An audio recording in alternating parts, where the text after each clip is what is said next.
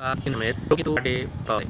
অনেক দেখা থেকে ডায়রিয়া হয় এবং ডায়রিয়া থেকে রোগীরা সম্পূর্ণ সুস্থ হয়ে যায়, অথবা শ্বাসকষ্টের অসুখ হয় বা রেসপিরেটরি ট্র্যাক্ট ইনফেকশান হয়, এরপরে কিন্তু একেবারে সুস্থ হয়ে যায়। সুস্থ হওয়ার পরে দেখা যায় হঠাৎ করে তার হাঁটাচলা করতে অসুবিধা হচ্ছে, তিনি হাঁটাচলা করতে পারছেন না। লোয়ার লিম উইকনেস থাকে, আমাদের পায়ের যে নিম্নের যে অংশ সেখানে উইকনেস থাকে এবং সেটা হাঁটাচলা করতে খুবই কষ্ট হয়।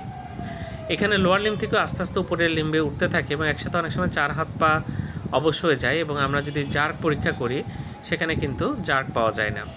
তো যাই হোক, এটার ভালো চিকিৎসা আছে আমরা জানি, এবং এটা যদি এরকম হয় খুব দ্রুত নিউরোলজিস্ট দেখাবেন অথবা হসপিটালে নিয়ে আসবেন। গুলেনবেরি সিনড্রোমের রোগী কিন্তু মাঝে মধ্যে পাওয়া যায়। তো যাই হোক, এটা সাধারণত ডায়রিয়ার একটা ইতিহাস থাকে, অথবা আমাদের শ্বাসতন্ত্রের ইনফেকশনের একটা ইতিহাস থাকে, এরপরে হঠাৎ করে দুর্বলতা। এটা হলে আমরা প্রথমেই কিন্তু জিবিএসের কথা মাথায় রাখি। ধন্যবাদ সবাইকে।